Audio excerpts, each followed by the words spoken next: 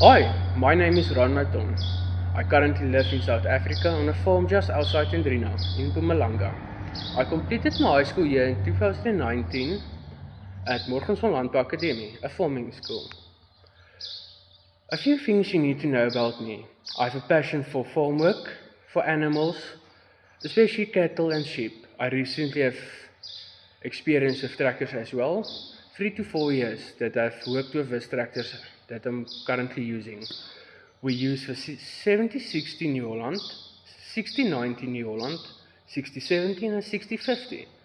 The 6050 New Holland we use to pull the planter. A 6-line John Deere 7090 planter. I currently operate it every year for 3 years now. I also operate the spreader as well, the lime spreader and the sprayer as well. And I can do general groundwork as well. Thank you very much.